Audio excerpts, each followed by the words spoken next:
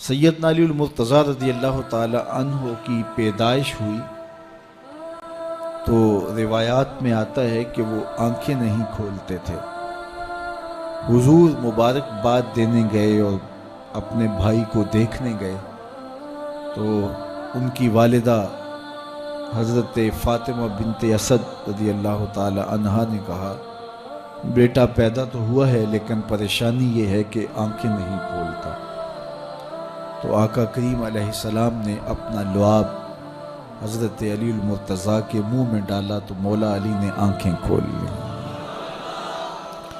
گویا سیدنا علی المرتضیٰ رضی اللہ تعالی عنہ نے آنکھیں کھولی تو پہلا جلوہ رخ والضحیٰ کا دیکھا، اس رخ نور کو دیکھا۔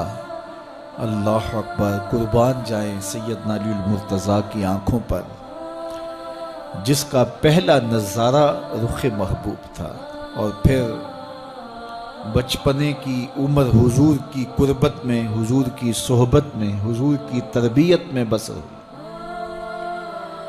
آقا کریم علیہ السلام جب اللہ کے حکم سے اعلان نبوت فرمایا تو سیدنا علی المرتضیٰ رضی اللہ تعالی عنہ نے ایمان لانے والوں میں سر فہرست اپنا نام لکھوایا، اور آقا کریم علیہ السلام کے ساتھ پھر ہر محاذ پہ کھڑے ہوئے نظر آئے۔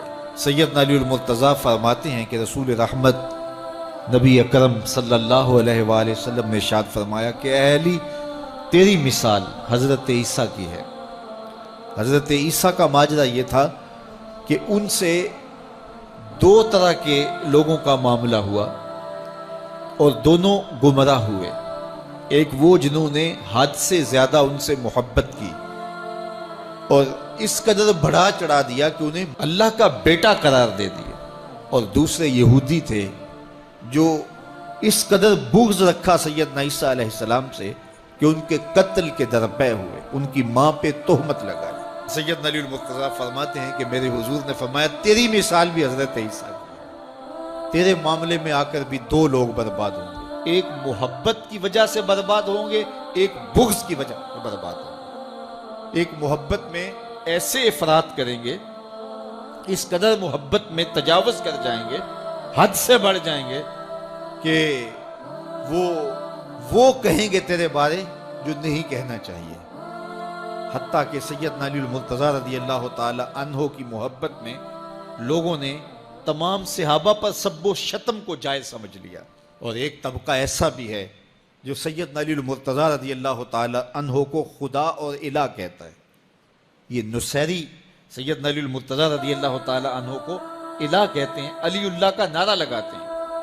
ایک طبقہ محبت میں تجاوز کر کے اس قدر جو ہے وہ سیدنا علی المرتضیٰ کے بارے میں اعتقاد قائم کرتا ہے کہ وہ گمراہی کے گڑھے میں جا گیا، اور ایک طبقہ وہ ہوگا جو تیرے ساتھ بغض رکھ کے برباد ہوگا۔ سیدنا علی المرتضیٰ رضی اللہ تعالیٰ عنہ کا نام بھی گوارا نہیں ہوگا۔ سیدنا علی المرتضیٰ کا نام لیا جائے تو طبیعت میں بے چینی اور اضطراب پھیل جائے گا۔ اور ایک طبقہ ایسا ہے نواسب کا، نواسب باقاعدہ 10 محرم کو سیدنا علی المرتضیٰ رضی اللہ تعالی عنہ کے شہزادے کی شہادت کے دن کو عید کے طور پہ منایا کرتے ہیں۔ وہ نئے نئے کپڑے پہنتے ہیں، انواع و اقسام کے کھانے کھاتے ہیں، اور ایک دوسرے کو مبارکیں دیتے ہیں اور گلے ملتے ہیں۔ تو نواسب سیدنا علی المرتضیٰ اور خاندان نبوت کے ساتھ بغض رکھنے کی وجہ سے برباد ہوئے، اور جو نصیری اور وہ طبقات جو حضرت سیدنا علی المرتضیٰ کے ساتھ محبت کے ازدیاد میں یہاں تک جا پہنچے کہ انہیں ابن اللہ کہہ دیا، یا ان کی محبت کے اندر جلیل القدر ہستیوں پر تان و تشنیع کے تیر برسائے، تو یہ گمراہی کے گڑھے میں جا گرے۔ تو میں کہتا ہوں انہیں مبارک ہو جو سیدنا علی المرتضیٰ رضی اللہ تعالیٰ عنہ کے ساتھ وہ پیار کرتے ہیں جو شریعت اسلامیہ، شریعت بیضا کا تقاضا ہے، جس سے رسول اللہ کی آنکھیں بھی ٹھنڈی ہوتی ہیں، اصحاب رسول کی آنکھیں بھی ٹھنڈی ہوتی ہیں، اور اہل بیت رسول کے دلوں کو بھی قرار پاتے ہیں۔ اہل بیت نبی کے گھر والے ہیں، اور صحابہ نبی کے در والے ہیں۔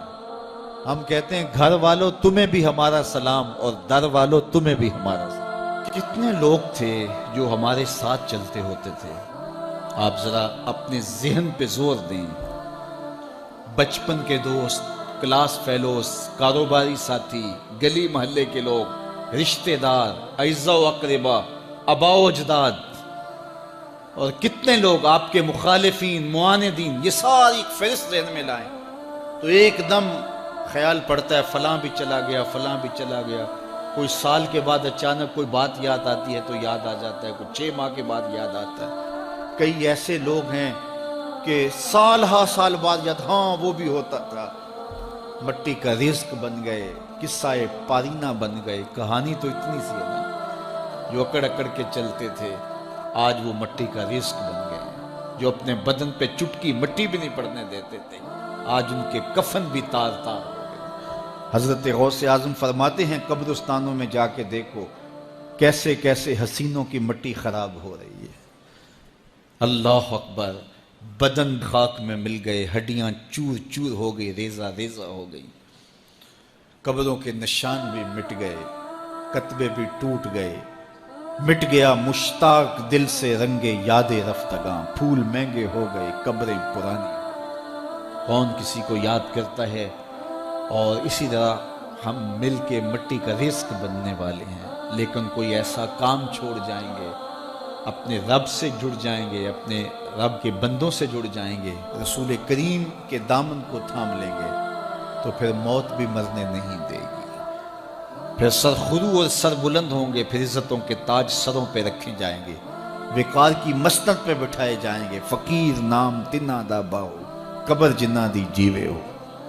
پھر قبروں پہ بھی چراغاں ہوگا جب ہم ان سے جڑ جائیں گے۔ تو یہ مختصر زندگی کی تمام تر لطافتوں کے حصول کے ساتھ گزرنی چاہیے۔ کتنے نوجوان ہیں جنہوں نے اپنی توبہ کو مؤخر کیا تھا بڑھاپے کے لیے، اور آج قبرستانوں میں دفن ہیں۔ آپ جا کے قبرستانوں میں دیکھیں، وہ سوچتے تھے کہ ابھی تو جوانی ہے، جوانی سے لطف اندوز ہو لیں، بڑھاپے میں توبہ کر لیں گے، لیکن بڑھاپا نہیں آیا، موت آ گئی۔ موت تو برحق ہے، یہ تو آ کے رہنی ہے، لیکن بڑھاپا لازمی نہیں ہے کہ ضروری آئے۔ حضرت امام غزالی نے ایک بڑی خوبصورت بات لکھی، فرماتے ہیں معاشرے میں نظر دوڑا کے دیکھو، زیادہ بچے ہیں، زیادہ جوان ہیں یا زیادہ بوڑھے ہیں؟ تو کہا آپ کو بچے زیادہ ملیں گے۔ ہر گھر میں دیکھ لیجئے، بچے زیادہ ہوں گے، جوان ان سے کم ہوں گے، بوڑھے ان سے کم ہوں گے۔ تو اگر بوڑھے تھوڑے ہیں، جوان زیادہ ہیں، تو غزالی فرماتے ہیں پھر بات سیدھی سیدھی ہے، بڑھاپے تک کوئی کوئی پہنچتا ہے، زیادہ جوانی میں چلے جاتے ہیں۔ اور کہا کہ اگر جوانوں سے بچے بھی زیادہ ہیں تو پھر اس کا مطلب ہی سیدھا سیدھا ہے کہ جوانی تک سارے نہیں پہنچتے، بہت بچپن میں چلے جاتے ہیں۔ غرہ کس پہ، ناز کس پہ، غرور کس پہ، تکبر کس پہ؟ تو یہ مختصر زندگی جو اللہ کی امانت ہے، اس کو اللہ کے نام پہ گزارو۔ جو بیت گئی وہ بیت گئی، وہ تو منہا ہو گئی زندگی سے۔ وہ مجھے رات سے کچھ لوگ میسج بھیج رہے ہیں کہ آج 16 مارچ ہے اور آپ کا پیدائش کا دن ہے، مبارک ہو، اللہ سب کو جزا دے۔ لیکن میں آج اپنی چھوٹی بیٹی کو بھی کہہ رہا تھا، وہ مجھے بولی کہ ابو آپ کو مبارک ہو، تو میں نے کہا کہ آپ ہاتھ اٹھا کے اللہ کی بارگاہ میں دعا کرو کہ اللہ آپ کے باپ کے 46 سال کے گناہ معاف کر دے۔ یہ تو زندگی گزر گئی ہے، 46 سال میرے ہاتھ سے نکل گئے ہیں، میں الٹا بھی لٹک جاؤں تو یہ میرے ہاتھ نہیں آ سکتے۔ اگر میں نے اچھے گزارے ہیں تو مجھے مبارک ہو اگر قبول ہو گئے ہیں، اور اگر اچھے نہیں گزرے تو مجھے توبہ کرنی چاہیے، زندگی کی کوتاہیوں سے توبہ کرنی چاہیے۔ ہم سمجھتے ہیں ہم بڑے ہو رہے ہیں، حقیقت میں ہم چھوٹے ہو رہے ہیں۔ ہم اپنی زندگی کے اہداف طے کریں، زندگی کے مقاصد طے کریں، ساری زندگی اس کے گرد سفر کرنی چاہیے۔ کئی لوگ ساری زندگی گزار دیتے ہیں، ان کو ساری زندگی راستہ نہیں ملتا کہ جانا کدھر۔ وہ کیوں؟ وَأَضَلُّ السَّبِيلَ، اللہ فرماتا وہ بھٹکے ہوئے مسافر ہوتے ہیں۔ اللہ سے راستہ مانگو، آہستہ چلو لیکن منزل کا تعین کر کے بڑھو، بڑھتے رہو، منزل تمہارا استقبال کرے گی۔ آج مشکل ہے تو کل آسانیاں ہوں گی۔ تو یہ زندگی تیزی کے ساتھ کٹ رہی ہے، لمحہ لمحہ میں اور آپ موت کے قریب ہو رہے ہیں۔ قبل اس سے کہ وہ وقت آئے کوئی حجت باقی نہ رہے، مجھے اور آپ کو اپنی آخرت کی تیاری